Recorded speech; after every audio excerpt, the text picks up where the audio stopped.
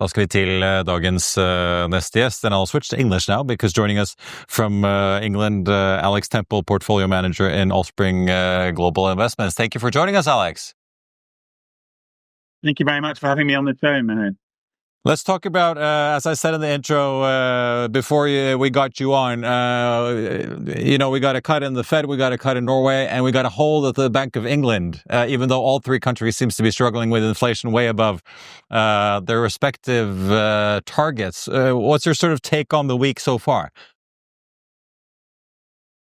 Well, as you say, it's been a really busy week for central banks. I think what's been really impressive is actually they've done quite a good job of communicating their message to the market. So actually the market managed to take quite a lot of it in its stride. There's a lot of things as you highlight. There's the inflation, but there's also geopolitical pressures that they've got, and also pressures, with the Fed itself, challenges to its independence. So I think they've all done a pretty good job of communicating, the path forward to the market in what is a difficult time. I thought that an interesting thing that we saw with the Bank of England is, as you say, they were on hold, which wasn't really a surprise, but also they've cut the amount of active sales that they're making of gilts that they purchased under their purchase programs. And again, that was very well communicated. They managed to avoid any big moves in the gilt market. Given where you're located now in the UK, give us your perspective on how much the UK gilt market for government bonds is under pressure right now. We've been sort of observing the debate going on and then the fluctuations in the market over a few weeks now. Yeah, there's a lot of challenges that it faces. Obviously, we've got the budget that's been now delayed until the end of this year. There's not a lot of wriggle room for the government in terms of what they can do. But actual, buy of gilts are changing. We're seeing this actually across Europe. We're moving from pension funds that buy long-dated assets to insurers that are more focused on the middle of the curve. And that's perhaps left a little bit less demand for the long end. And hence, the theme that we're seeing globally are these steeper curves. And we think that continues. Specifically in the UK yesterday, they actually changed the mix as well of so not only are they going to be making less active sales, so they reduced the amount of selling that they're doing from 100 to 70, but actually at the same time, they changed the mix so it will be more focused on the front and the intermediate part of the curve, and that should hopefully tether the long end a little bit, so that we don't have a repeat of what we've seen before in the UK, where yields have just continued to drift a lot higher at the long end. You have which obviously isn't good. You're a portfolio manager of a very specific climate transition fund, where you call it buy and maintain, where you say I'm looking to invest in long-term bonds that you buy and then you hold them to between 2030 or 2024 or 2034. So why have you decided to do that? Is there a lot of companies that are looking for 5 to 10 year financing? Is that why you're doing this? Yeah, no, that's actually been a lot of demand from pension funds that are looking to match their liabilities. And so we have dual aims who are looking for financial outperformance, but also climate. So all of our credit analysts are scoring our credits to ensure that that they're best placed for the transition. So the demand is coming for that from UK pension funds that are now less focused as we move from defined benefit in the UK to defined contribution. So the pension landscape is changing, and that means more focus on credit and more focus on the intermediate part of the curve. And yields are high, spreads are quite tight. But what investors really like is that extra pickup that they get to help them meet a lot of their needs. And also post the LDI crisis that we had in the UK, actually a lot of pension funds are now in a better position from a funding perspective, and that means that they can allocate more to credit and therefore looking to meet their investors' needs. Talk about, well, I should say welcome after to the club, because we were already moved to defined contribution in Norway a few years ago. So that's been a big change. So we know all about that. But since you're also head of European investment grade credit at Allspring, tell us a little bit about sort of what yields investors can expect moving forward now. If we look at, let's say, the US 10 years, it's down to about 4.12. We've seen it higher earlier this year.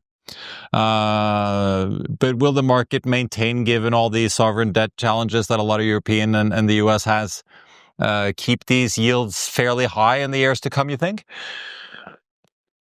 Yes, I do. I mean, I think that's effectively what we've been seeing from the central banks. Yes, that they've been cutting, but actually, now the trajectory, the ECB have quite clearly said that they're on hold for the time being. I think the Bank of England are going to be on hold for a while.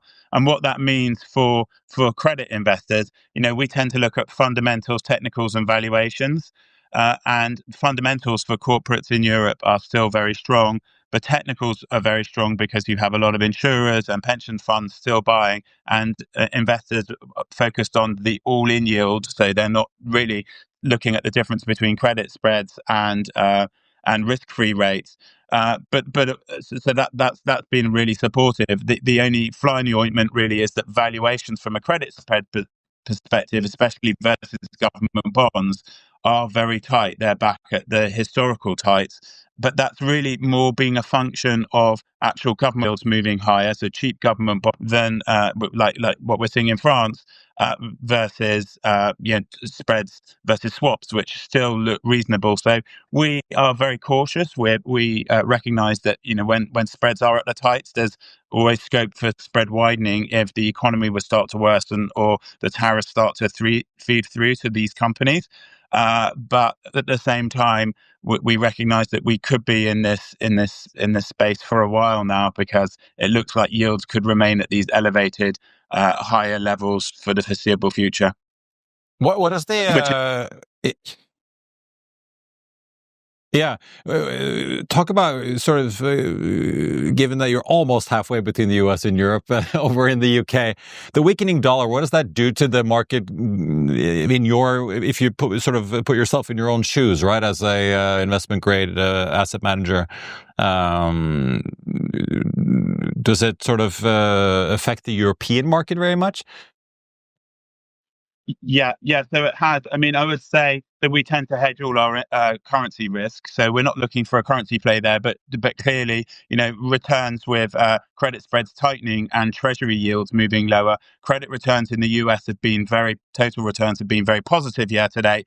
But for European investors, obviously, as you've indicated, they've lost out on the kind of weakening dollar. I mean, what we've really seen in Europe, and I think this trend does continue, is that a lot more US corporates are starting to borrow in European markets. There's a lot of demand in Asia, there's a lot of demand in Europe to diversify at the margins from dollar-denominated issuance into euro-denominated issuance.